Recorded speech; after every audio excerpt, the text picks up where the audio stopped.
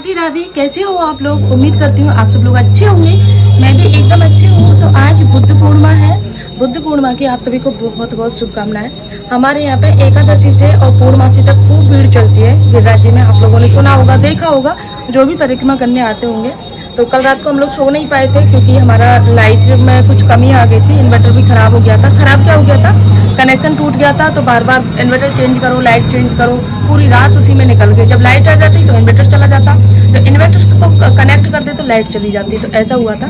फिर हमने परिक्रमा का नज़ारा देखा रात को, क्योंकि बालकनी मेरे रूम के जस्ट पास में ही है और बाहर से ही परिक्रमा निकलती है। भाई भर के परिक्रमा निकली है ना, इतना भर के चल रही थी कि इस सीजन की, जैसे अब जब से गर्मी स्टार्ट हुई है, इस सीजन की पहली परिक्रमा है। क्योंकि बुद्ध पूर्णिमा से एक दिन पहले 14 को खूब भीड़ रहती है। और अब आज से अधिक का महीना स्टार्ट हो गया है और अधिक के महीने में तो परिक्रमा भर के चलती है। उसके बाद में फिर गुरु पूर्णिमा आएगी। तो लेकिन ये एक महीना है ना, आज से अधिक का महीना स्टार्ट हो गया, सॉरी कल से। तो सारी भीड़ मिलने वाली है आप लोगों को। देख नहीं पता, 2 मंथ होते हैं ना एक साथ में, उसको अधिक का महीना बोलते हैं। तो अभी मैं अपने घर के काम फिनिश कर लेती हूँ। पहले तो पूजा करके आई हूँ क्योंकि काफ़ी टाइम से पूजा करने नहीं जा रही मैं, 4-5 दिन से। वो इन्वर्टर खराब हो गया ना, उस वजह से ऐसे घूमते रहे थे, बार बार ऊपर नीचे जाना।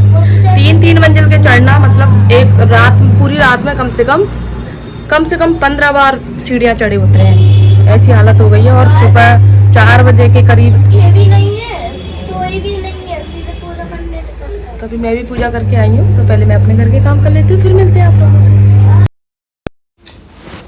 बच्चों की छुट्टी है आज, तो मैंने सोचा चलो थोड़ी देर तक इनको सोने देती हूँ, वरना फिर स्कूल जाते हैं ना बच्चे तो इनकी नींद पूरी नहीं होती है। रात को लेट सोते हैं, 11 तो बज ही जाते हैं और सुबह फिर उनको वही 6 बजे उठना होता है। तो इसीलिए इनको थोड़ा देर तक सोने दिया। और बच्चों की छुट्टी है लेकिन मेरी कोई छुट्टी नहीं है, मुझे तो अपना काम उसी हिसाब से करना है जैसे मैं डेली करती हूँ। तो पहले तो अपना बेडशीट वगैरह साफ़ कर लूँगी, क्योंकि बच्चे लेट तक सोए थे ना, तो ये काम रह गया था। उसके बाद में फिर साफ़ सफाई करना शुरू करूँगी और बच्चों की पसंद से खाना बनाऊँगी। पूछूँगी कि क्या खाएंगे दोनों ही बच्चे, लेकिन उससे पहले मुझे साफ़ सफाई पूरी करनी है, क्योंकि 2 दिन से ना तेज़ आंधी आती है रात को। और बालकनी जो है ना, पर्दे वगैरह मैं लगा के सोती हूँ, लेकिन फिर भी बालकनी में जो पर्दे हैं ना वो एक तरफ हो जाते हैं और धूल मिट्टी पूरे रूम में आ जाती है। और बालकनी का तो आप पूछो ही मत, ऐसी हालत हो जाती है।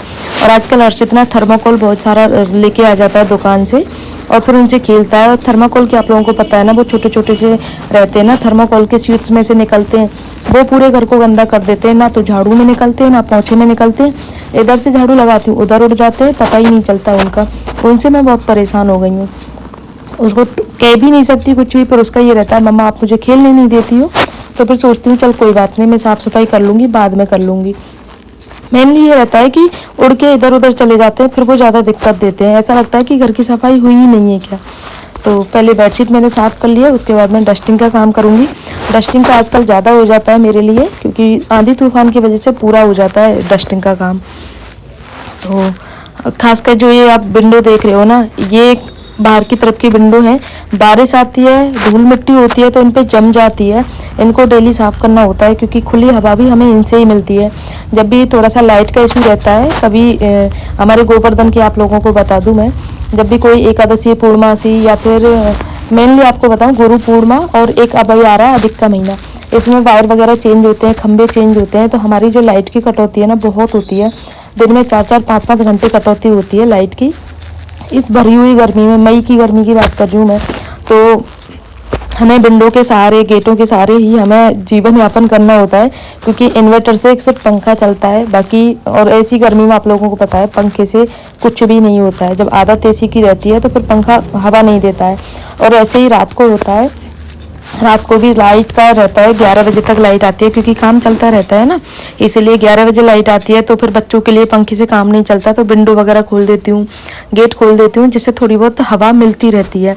और ये मेरा रूम बढ़िया है जो बालकनी के जस्ट पास में है, तो थोड़ी बहुत हवा तो आ ही जाती है। और जब भी मौसम अच्छा होता है तो भी रूम में मेरे में हवा अच्छी आती है। धूल मिट्टी का क्या है, वो तो बाद में साफ़ हो जाती है, लेकिन वेंटिलेशन, हवा, ये सारी चीज़ें बहुत ज़रूरी होती है। तो ये जब साफ कर रही थी तो फिर मुझे ना एकदम से पंखा दिखा। पंखा भी एकदम से वाइट है ना, तो वाइट रंग का बहुत जल्दी गंदा हो जाता है। और जो कोने रहते हैं ना पंखे के, उस पे अगर मैं डेली कपड़ा ना फेरूं तो वो जमता चला जाता है। वैसे तो धूल मिट्टी निकल जाती है, लेकिन साइड में जो काला कालापन आप लोग देख रहे हो ना, उसके लिए वो टाइट प्रेस करना पड़ता है मुझे।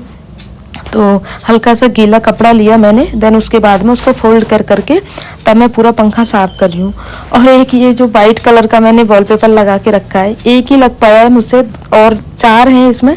4 लगाने का मौका ही नहीं लगा, भूल जाती हूँ, याद भी नहीं रहता और थोड़ा आलस भी कर जाती हूँ, वरना बहुत अच्छा लगता है ये। आज लगाऊंगी इसको याद से, और जब भी मैं पंखा साफ करती हूँ ना तभी मुझे याद आता है गाइस। अपना रूम साफ करने के बाद में फिर मैं आ गई बच्चों के रूम में। ये बच्चों का रूम है, लेकिन आजकल बच्चे हमारे रूम में सोते हैं, तो ये सिर्फ एक हम चाय वगैरह पीते हैं इस रूम में, थोड़ी देर बैठ जाते हैं। बच्चे सोते रहते हैं सुबह के टाइम, तो लाइट वगैरह ऑन नहीं कर सकते, तो हम इस रूम में आके चाय वगैरह पी लेते हैं। तो ये अभी कोई बच्चों का रूम नहीं है, हमारा रूम नहीं है, सिर्फ एक रेस्ट रूम की तरह रहता है ये। इसमें जब भी बच्चों को पढ़ना होता है तो उस कमरे में बच्चे पढ़ लेते हैं, हम इसमें बैठ जाते हैं, तो ऐसा रहता है। तो ये मेरी डेली वियर की साड़ियाँ हैं जो अभी अलमारी में मैंने दिखाई थी, जो भर गई हैं पूरे हैंगर वगैरह। मैंने कुछ एक्स्ट्रा साड़ियाँ भी निकाली थी, लेकिन फिर भी मैं 2-3 साड़ियाँ निकालती रहती हूँ, फिर भी मेरी अलमारी हमेशा भरी रहती है, टचवुड। तो पतिदेव की यही आदत है ना, इनका ये रहता है कि तुरंत जो रिटायर हो जाती हैं साड़ियाँ, उनको ना रिटायर कर दिया कर, बार बार रिपीट मत किया कर उन्हीं साड़ियों को। वो उनको पसंद नहीं है कि बार बार मैं उन्हीं साड़ियों को पहनूं। उनका ये रहता है कि अच्छे से पहन, अच्छे से खा, अच्छे से रह, ये रहता है उनका। कई बार अगर मेरी हालत ऐसी रहती है ना कि सुबह के जाके शाम को आते हैं, फिर शाम तक होते होते मैं इतनी ज़्यादा थकान हो जाती है। तो अब गर्मी का टाइम है तो बालों में क्लेचर वगैरह भी लगा लेती हूँ, तो फिर यही बोलते हैं तू मुझे हमेशा ऐसी ही मिलती है। लेकिन मैं ना बहुत ज़्यादा थक जाती हूँ। कई बार ऐसा हो जाता है बच्चों को पढ़ाने में, घर के काम में, फिर गर्मी में, और परेशान से हो जाते हैं। तो फिर ऐसा लगता है रिलैक्स एकदम सादा सी मैं साड़ी पहन लेती हूँ शाम को नहा धो के, बिल्कुल। और साड़ी का भी ऐसा रहता है कि अलग ब्लाउज अलग साड़ी ऐसे रहता है। तो क्योंकि नाइट सूट का ये रहता है ना, एकदम कंफर्ट होना चाहिए उस हिसाब से, तब टोक देते हैं मुझे। उनको ये चीज़ बिल्कुल भी पसंद नहीं है कि मैं ऐसे ही रहूँ बीमारों की तरह।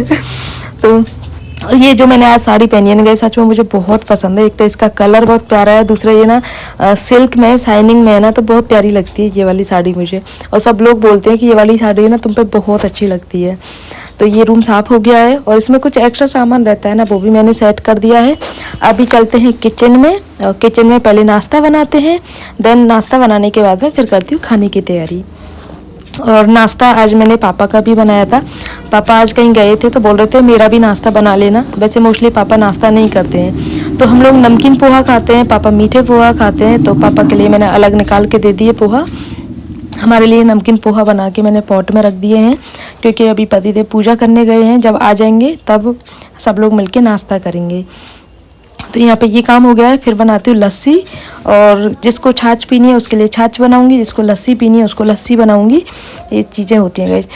घर में कहते हैं ना 4 लोग हैं, लेकिन 4 लोगों की फरमाइश अलग होती है, 4 लोगों के काम अलग होते हैं। किसी को कुछ खाना होता है, किसी को ब्रेड नमकीन खानी है, किसी को नाश्ते में, तो किसी को पोहा खाने होते हैं। तो ये चीज़ रहती है, किसी को छाछ पीनी होती है, किसी को चाय पीना है, किसी को दूध पीना है, किसी को लस्सी पीनी है। तो एक एक गिलास अलग अलग बनाने में टाइम तो पूरा लगता ही है ना। ज़रूरी नहीं है कि आप 4 गिलास बनाओ तो उसमें ज़्यादा टाइम लगेगा। वो सारी चीज़ें, सारे बर्तन भी फैलते हैं, सारा टाइम भी लगता है बनाने में, अलग अलग ये सारी चीज़ें होती हैं। तो कहने को 4 लोग होते हैं, लेकिन काम पूरा रहता है किचन में। मेरे ना किचन में ज़्यादा काम है, बाकी वैसे मेरे घर में काम इतना ज़्यादा नहीं है। तो ये ककड़ी वगैरह आई थी, इनको पानी में भिगो के रख देती हूँ, सब लोग सलाद में खा लेंगे। तो अभी पापा यहीं पे थे, इसलिए मैंने अपने सिर पे पल्लू रख रखा है। और अभी पापा जा चुके हैं, सब लोगों ने नाश्ता कर लिया। अब मैं कढ़ी चावल बना रही हूँ, क्योंकि संडे था ना, वो छुट्टी थी ना बच्चों की। मैंने आप लोगों को बताया था बच्चों की फरमाइश से ही बनती है। तो मैंने पूछा था स्वरा से खाने में क्या बनाऊँ, तो उसने बोला था मम्मा कढ़ी बना लो आप। चावल के मैंने मना कर दिया था, क्योंकि उसको हल्की सी खांसी है, तो सिर्फ कढ़ी रोटी बनाऊँगी। और तरबूज भी काट के रखना है मुझे, बाकी और भी छोटे छोटे काम हैं वो भी साथ में करने हैं। पकौड़ी के लिए बेसन को मैंने ना 10-15 मिनट पहले भिगो के रख दिया था, क्योंकि भीगे हुए बेसन की पकौड़ियाँ अच्छी बनती हैं, ठोस नहीं बनती हैं, टाइट नहीं बनती, तो सॉफ्ट बनती हैं। और अगर थोड़ी टाइट भी रह जाती है ना, तुरंत टोक देते हैं पापा कि पकौड़ी टाइट बनी है, उनको पसंद नहीं है, बिल्कुल एकदम सॉफ्ट होना चाहिए।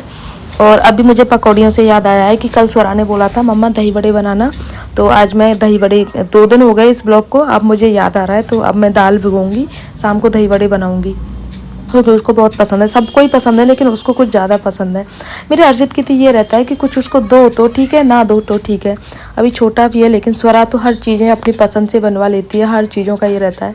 अगर मैं उसको प्रॉमिस कर लेती हूँ और नहीं बना पाती तो उसका ये रहता है आपने फिर प्रॉमिस किया ही क्यों था जब आपको बनाना ही नहीं था, आप अपनी पसंद से बनाते रहते हो चीज़ों को। तो ये चीज़ है। और अभी चिप्स पापड़ भी तल लेती हूँ साथ में। जब कढ़ाई चढ़ाई है मैंने तेल चढ़ाया है पकौड़ी बनाने के लिए, तो दाल कढ़ी के साथ में पापड़ भी तल लेती हूँ। आलू के पापड़ बहुत टेस्टी लगते हैं गाइस, आलू के पापड़। तो गर्मा गर्म चिप्स तल गई हैं, इनमें नमक मिर्ची मसाले तैयार कर देती हूँ और उसके बाद में इनको पॉलीथीन में भर के रख दूँ, जिससे कि जो एक्स्ट्रा ऑयल है वो तो प्लेट में रह जाएगा और सीलते भी नहीं है क्योंकि मौसम थोड़ा सा ऐसा मॉइस्चर वाला है ना, तो सीलने का डर रहता है, तो इसलिए पॉलीथीन में भर के रख दूँगी। खाना खाते समय सब लोग खा लेंगे। तो ऑयल को खाली करने के बाद में थोड़ा सा ऑयल मैंने बचा लिया था, उसी में कढ़ी बना लेती हूँ जीरा हींग जीरे का तड़का लगा के। और मैंने दही को अच्छे से फेंट लिया था, उसमें बेसन भी मिला लिया। देन उसके बाद में अभी मैं कढ़ी को पकने देती हूँ और इसका फटने का डर रहता है दही का, क्योंकि दही डलाना है इसमें, तो इसको मुझे कंटिन्यू चलाते रहना है। और बेसिक मसाले डाल देती हूँ, नमक मिर्ची हल्दी और थोड़ा सा धनिया पाउडर। बाकी यहाँ पे मेरा सारा काम कंप्लीट हो गया, आप लोग देख सकते हो कढ़ी बन चुकी है, तरबूज ककड़ी और ये चिप्स पापड़ मैंने तल लिए हैं, सारा काम हो गया। राधे राधे आप सभी को। तो गाइस हमारे यहाँ एक बाबा आते हैं, तो आप आवाज़ सुन रहे होंगे बच्चों की जो आवाज़ आ रही है ना, वो इसलिए आ रही है क्योंकि एक बाबा आते हैं परिक्रमा लगाने को, बच्चों को डेली पैसे बांट के जाते हैं। संडे के दिन में आते हैं और जब छुट्टी नहीं रहती है बच्चों की तो सुबह जल्दी आते हैं, रात को आते हैं। तो आप लोगों के लिए दिखाऊंगी सारी चीज़ें, आप लोग भी देखना कि ब्रज में कैसे कैसे संत हुए हैं।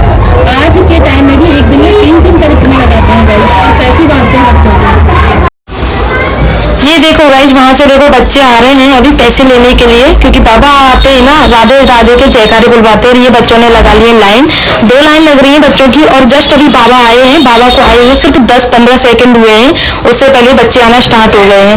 बच्चे आते हैं 100 150 200 के करीब बच्चे आ जाते हैं, गली के मोहल्ले के पड़ोस के, तो सारे बच्चों को बाबा देते हैं। और गली में घंटी बजा के आते हैं बाबा, ऐसे चुपचाप नहीं आते, जिससे सारे बच्चे इकट्ठे हो सके और तब देते हैं पैसे गाइस।